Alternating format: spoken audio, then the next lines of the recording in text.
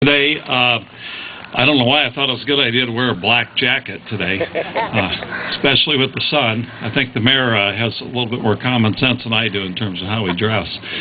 But it is good to be here. I was here last year. I know we kind of had some threatening skies last year, but it worked out well. And my wife, Terry, was with me. She sends her regards. She can't be here today, but there's a good reason for that. Some of you know we have two children in the Marine Corps. My stepson and his wife are stationed at the Pentagon, so they're in the D.C. area. And just a few days ago, we had our third grandchild, and so that's where Terry is at the moment, doing more important duty. This is very important today. I'm really happy to be here, but it's probably better that she is there with the family and doing that duty. It means a lot for me to be at these kinds of events. Someone just asked me on the way in why I'm here just about every year, why I want to do this.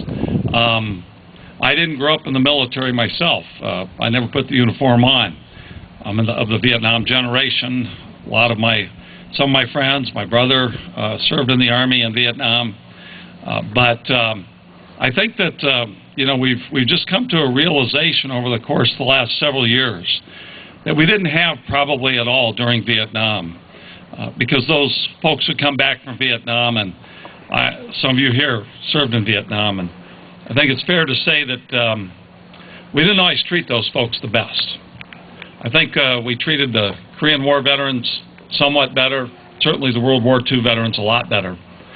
But I think we've learned a lot in recent years about how we look at our military and those folks who are willing voluntarily to go abroad and potentially pay that ultimate price, make that ultimate sacrifice, so that we can enjoy the freedoms that we hold so dear, so that I can be in Congress, so that I can run freely for an office. Any of you can do that. So we can have a democracy, which is the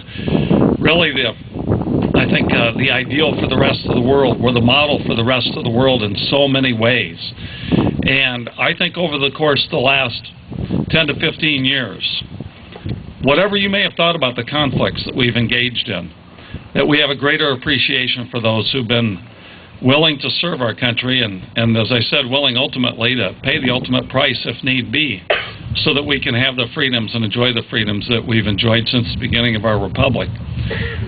So in some ways, I think that we're in a better place when it comes to how we look at those who served our country. And I'm glad about that. I'm very happy about that, because I think that's where we need to be. I'm on the Armed Services Committee in the U.S. House of Representatives.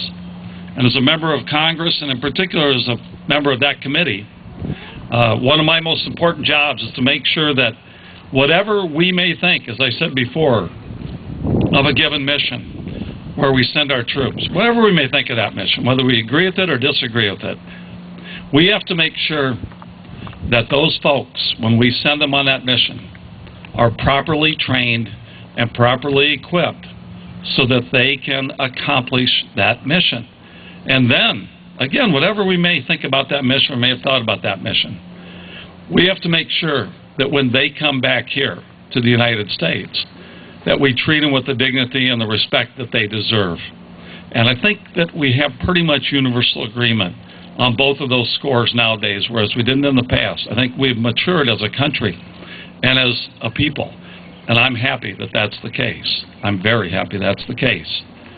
All I would ask going forward is that we not only keep in mind those who have paid the ultimate price, keep those in mind as often as we possibly can, not just on Memorial Day, but every day if we can. But we also keep in mind those who are serving our country at the moment, those who are in uniform, that we keep in mind their families as well.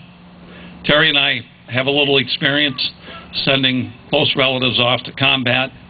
I, in particular, want us to think about those National Guard families, those Guard members who've probably engaged often in 2 or 3 or even sometimes 4 deployments. But in Iowa, the Guard are very, very important, as we know. Many of those units deployed overseas more than one time, and the families were the ones who had to do all the things that families have to do when their loved ones leave. So let's keep all those folks in mind going forward. And again, not just today, you know, as we're going about our business, we might happen to see someone in an airport in a uniform. I do my best to thank those folks. I don't know who those folks are. Once in a while I do, but not very often. But I see those folks often, and I thank them for their service.